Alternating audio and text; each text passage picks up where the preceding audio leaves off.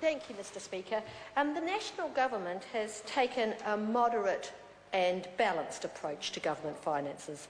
We all know that the economy is tight and we're determined to do more for less, to increase productivity and to get better results of everything that we do. We want to get our finances on an even keel because we want to avoid the horror austerity measures that we're seeing overseas, and we need to be disciplined and we need to have a willingness to prioritise and to make trade-offs. We've got a plan and we're sticking to it. And in terms of conservation, this means that we are determined to honour our conservation and environmental responsibilities, but also to stretch our dollars as far as possible and to develop new ways to support conservation work. We all know that New Zealand is a magnificently beautiful country with a unique and hugely diverse fauna and flora. And the Department of Conservation is charged with managing and overseeing our natural and heritage assets on land, in the marine environment and also in freshwater environments. It directly manages the public protected land and marine reserves, and it facilitates agreements for the protection on private land. But it's also responsible for managing protected wildlife, marine mammals, and has a role in fostering recreation in the wonderful public lands that it manages.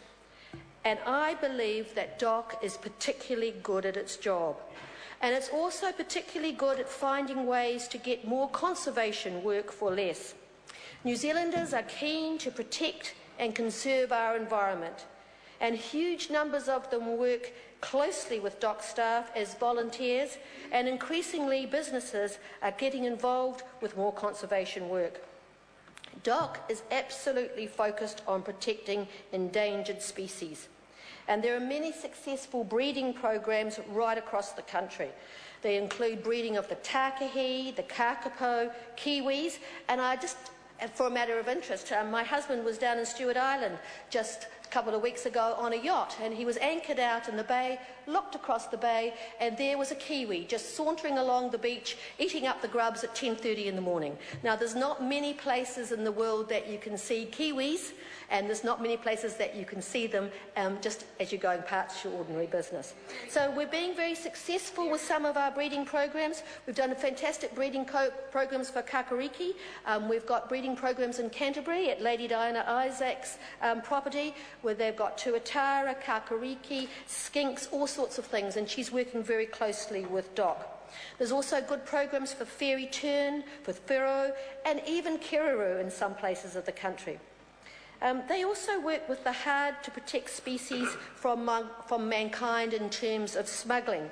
And it was very interesting in the weekend we were talking to Robin Thomas from DOC in Otago about the smuggling that's been going on out of central Otago, particularly of skinks and lizards. And it's pretty frightening when it comes to think that if you sell a jewelled gecko on the international market, you might get $25,000 for it, and even an ordinary skink will give you $2,000 US. And just recently someone was caught with 53 skinks in his underwear leaving New Zealand. So the point is they're being very vigilant about that and looking at how to increase penalties and how to protect those creatures. Just last weekend I was on the Otago Peninsula, and I saw that the work that DOC's been doing protecting all the fauna and flora out there. There's a magnificent array of wildlife on that peninsula: little blue penguins, Stewart Island shags, seals and sea lions. But I was particularly interested in the work that DOC's been doing with the royal albatross. That colony there has developed to over 260 breeding pairs. And that's a pretty amazing exercise when you think that back in the 1930s, one egg was there and it was stolen by the public. So the work that they've been doing over probably about 80 years is a really good example of how man and nature can complement each other.